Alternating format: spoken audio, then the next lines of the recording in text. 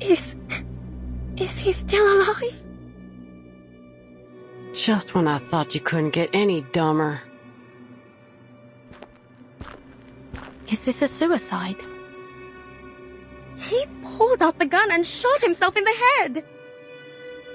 His brain splattered on the walls and flowed onto the floor.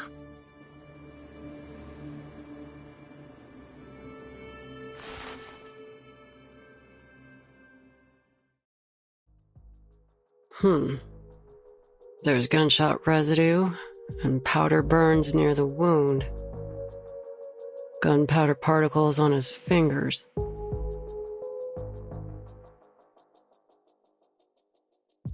There's no doubt.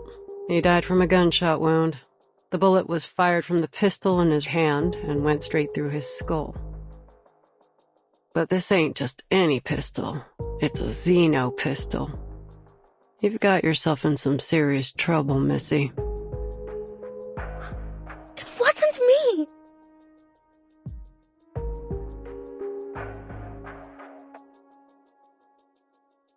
I'm just an innocent, sad, terrified girl who just happened to pass by. Well, Miss Innocent, Sad, and Terrified. If you want to prove your innocence, start by telling us what happened here. And mind you, I will call you out if you lie. The evidence here will tell me what's true and what ain't.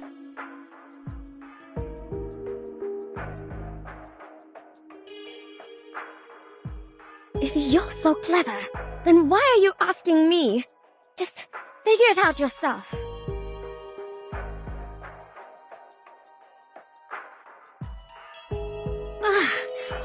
All right, I'll tell you. This madman has been harassing me.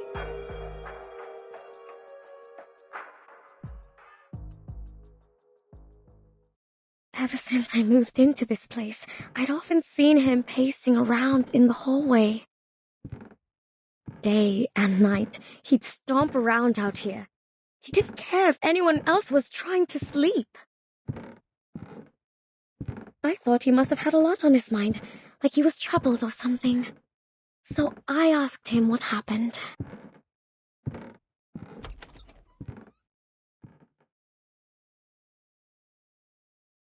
His deep, sunken eyes were bloodshot. Every fiber of his being screamed that something was wrong with him. Sir, if you have any problems, there are many ways to solve them. But pacing in the hallway isn't one of them. Plus, it disrupts everyone's sleep. I swear I didn't say anything too harsh, but he was just downright rude. Get the hell away! Get out of my face! Excuse me! That's pretty rude, you know! I had no desire to argue with the madman. Thankfully, the maid intervened when she heard what was going on. I have no idea what she said to him, but eventually they came to terms. He stopped pacing the hallway from then on. That was a relief. I'm sure the other guests would agree. That maid can vouch for what I've said. Ask her yourselves. Not long after, I found a letter from Stefan on the floor of my room. It'd been slid under my door. In the letter, he apologized for his behavior.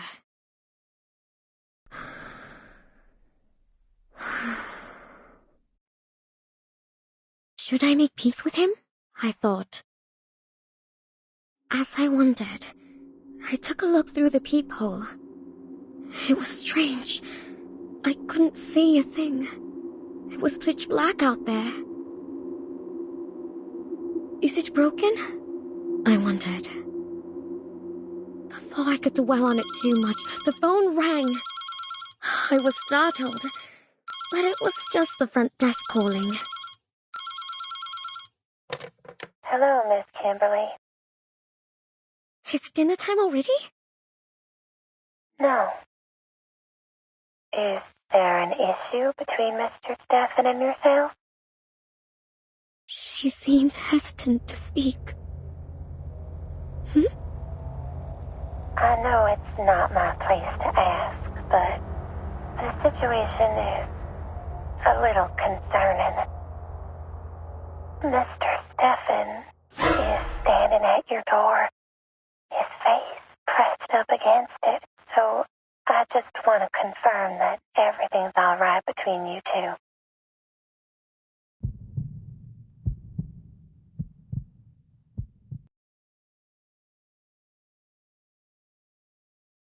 And that's what happened. Calm down, miss. It's all over now. Do you still have that letter with you?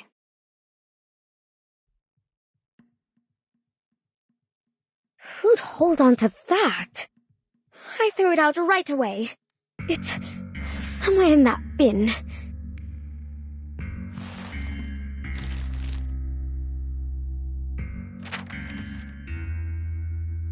Dear Ms. Kimberly, I've got a question already. How did he know your name? You didn't know each other well enough to have exchanged them, did you? I'm the victim here, damn it! You can't interrogate me like this. But if you must know, maybe he heard it when my friend called me. Your friend? Why? What's so odd about that? A young girl like myself should never travel alone to places like this.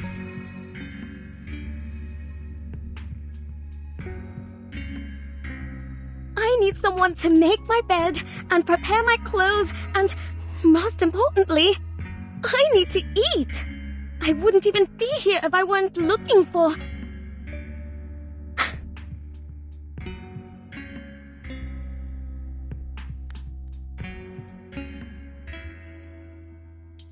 I want to apologize for my behavior earlier in the hallway. Looks like a perfectly normal letter to me. No hints that this is from a man on the verge of a mental breakdown. If you won't take my word for it, go ahead and ask the maid. She was there. She can vouch for me. Please, we weren't accusing you of anything.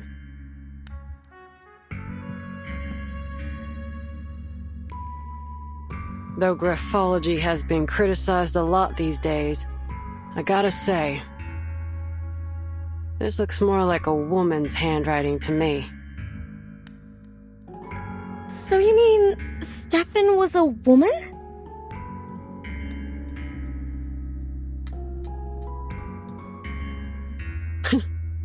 You still with us, Missy?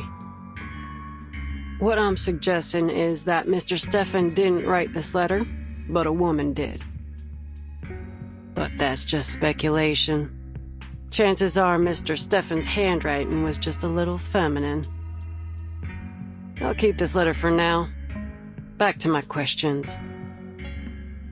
If the story you told is true, then why are you at the scene of his death?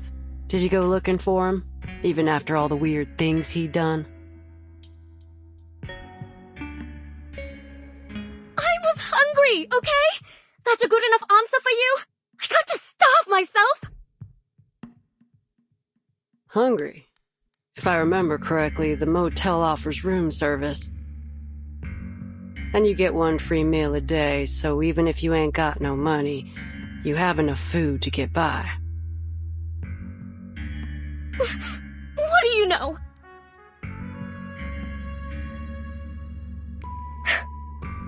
I'm not eating one of those ham sandwiches. Alright, so you've got some standards when it comes to food. Let's drop that. You were there when he fired the shot, right? What happened then? Take your time and think it through. There's no rush.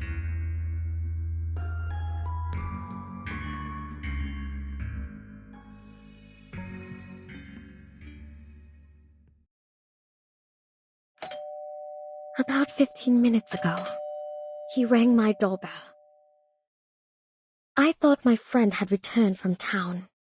She always brings something amazing with her, so I opened the door. The last thing I expected was to see Stefan standing there. Who'd have thought that he could get back on his feet so quickly after the beating he took? I was terrified when I saw him there. He towered over me, one hand on the doorframe and the other pushing against the door.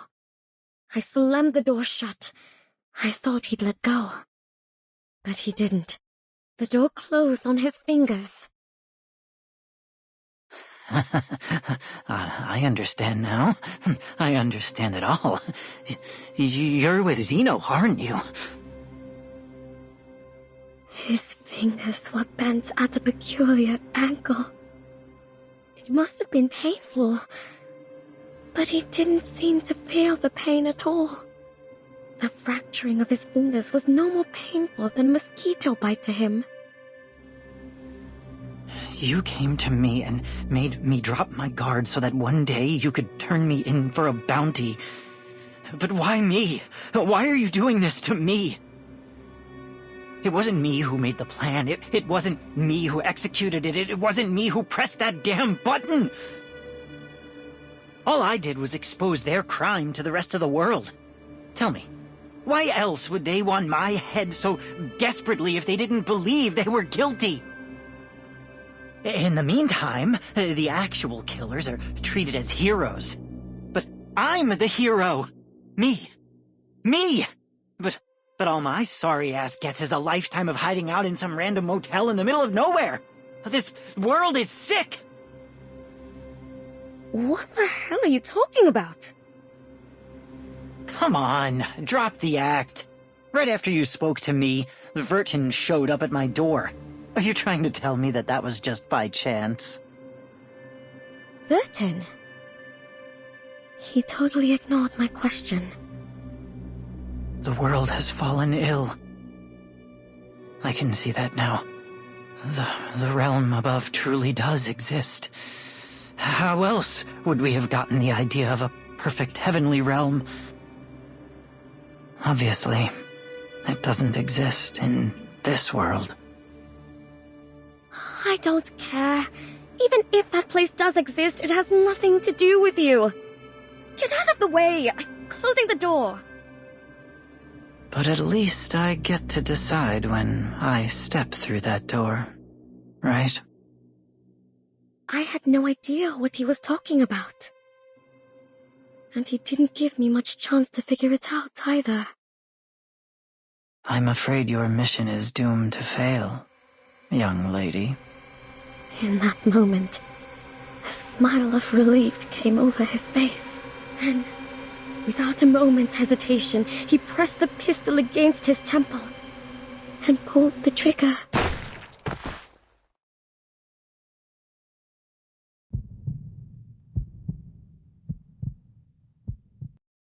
And you know the rest.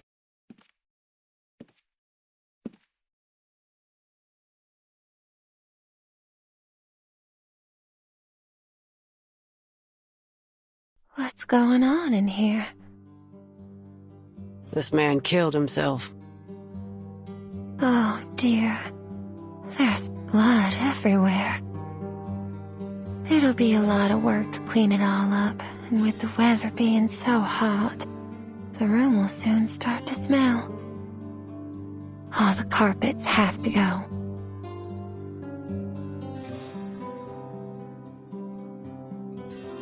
Miss Tuesday, can I ask you a question? Yes? Have you ever had any guests who looked like or claimed themselves to be Manus Vindictae? Manus Vindictae? I'm not entirely sure what you mean. Could you explain in more detail? Most of them dress in blue and black. Some drool a fair bit, and most of them can't speak in full sentences.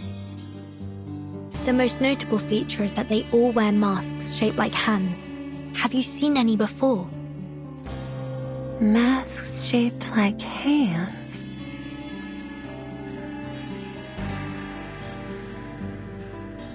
No, I've never had a guest who wore a hand-shaped mask. Never seen anyone in blue and black either. But if an organization was going to do something in secret, I don't think they'd be too public about it. Hey, lady.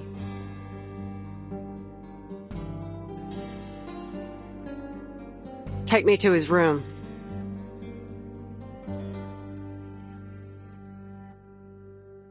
Oh, it shouldn't be too hard for you to find the room yourself, right, Miss Argus?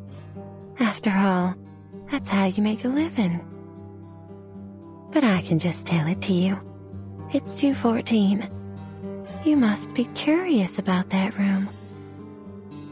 I'm surprised. You've been in almost every room in the motel, and you've been here for 2 days. You're like a child in your curiosity. This place would be much safer if you were the sheriff here. Anyway, I hope you can find that girl soon.